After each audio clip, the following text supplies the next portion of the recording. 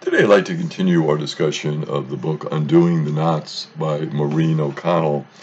We're up to in our series, chapter 2 of the book. Really a great book about unpacking racism within ourselves, within our community, and within our church. And the chapter 2 is entitled Aligning, and it's subtitled Christ Church. And what Maureen has done in each of the chapters is related to a specific church that someone in her family might have been experiencing. And so this particular person, her descended from is Andrew Little, who was in this area in the early 1820s. Andrew was a lime burner. He lived in Chester County, and it was a very interesting area because that part of Pennsylvania was the boundary between the free states and the slave states. So a lot of action in this area that Maureen is able to reflect on. So they immigrated to this area. And so when she was discovered this, as she was going back in generations to her great-grandparents, when she discovered this, she raised a very interesting question for herself, and that was, well, did my people own slaves? And this was a question that, had never occurred to her. Certainly wasn't talked about in the family. She had no idea if they did or they didn't. And so, as she's pursuing this idea of racism, and of course that would be very impactful. Well, there was this direct connection if this happened, if someone in my family did own slaves, and the fact of the location of where Andrew lived with his family suggests that that was a possibility. So again, she wants to unpack that a bit. At this time, there were 4 million enslaved people below the Mason-Dixon line.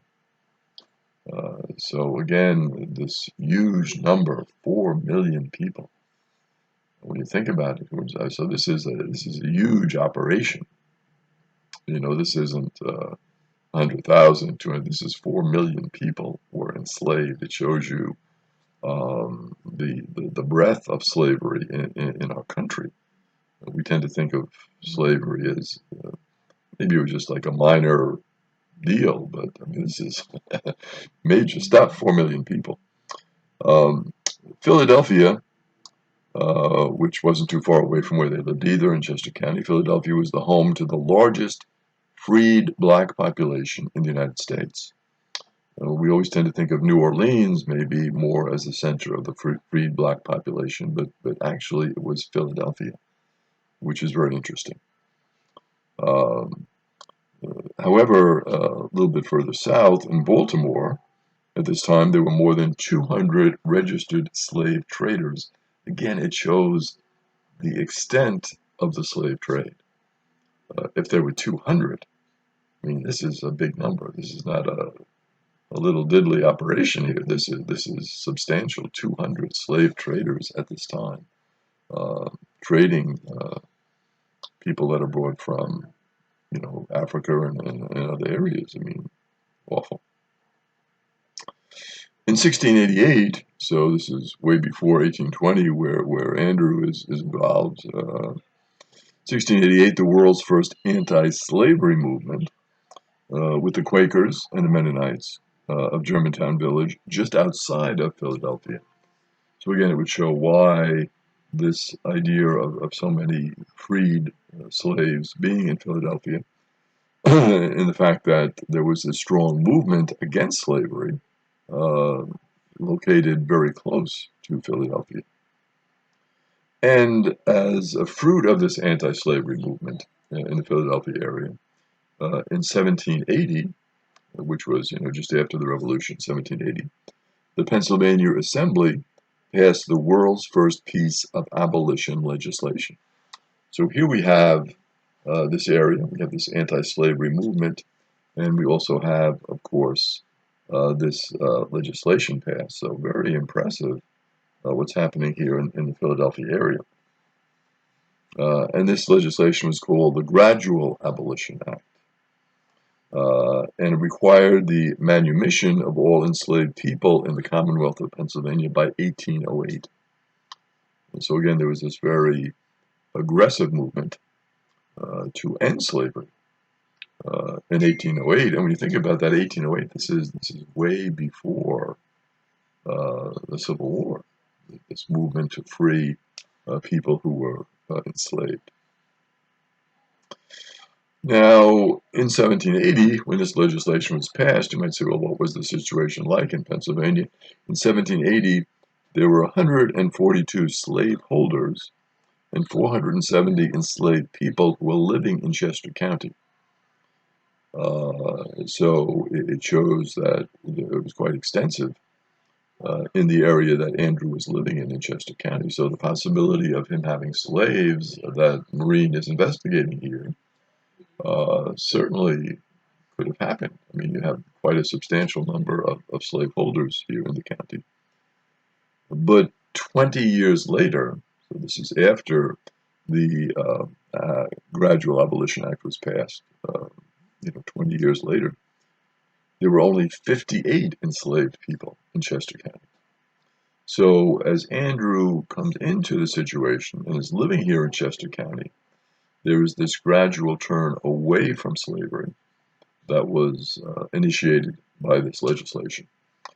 So again, that would have been a factor. And of course, as Maureen is studying this in her book and investigating it, doing her research, the thought would be, well, maybe Andrew was one of those who didn't have slaves. Maybe he did, maybe he didn't. In 1838, though, Pennsylvania Hall in Philadelphia was burned to the ground by pro-slavery rioters. It was a meeting space for abolitionists.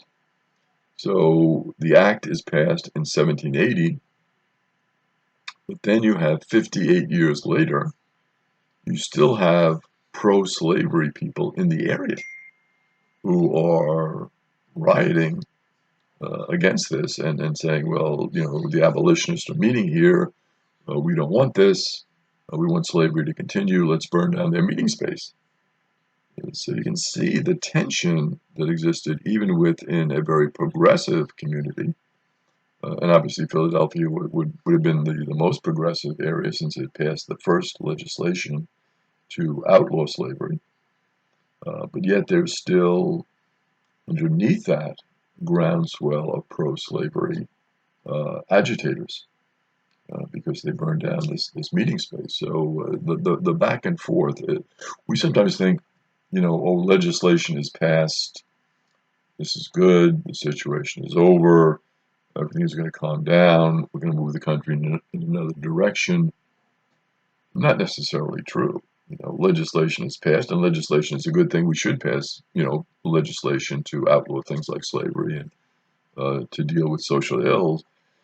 But the legislation being passed does not end the underlying problem. And the underlying problem here is, why was there slavery in the first place? Why was it so popular? Why was it so extensive? What was the underlying principle here? We sometimes say, well, it was an economic thing. Let's reflect on that a little bit. Is it more than just an economic reality? Is there a prejudice slavery revealed? And I think the situation in Philadelphia is very instructive. Legislation is passed.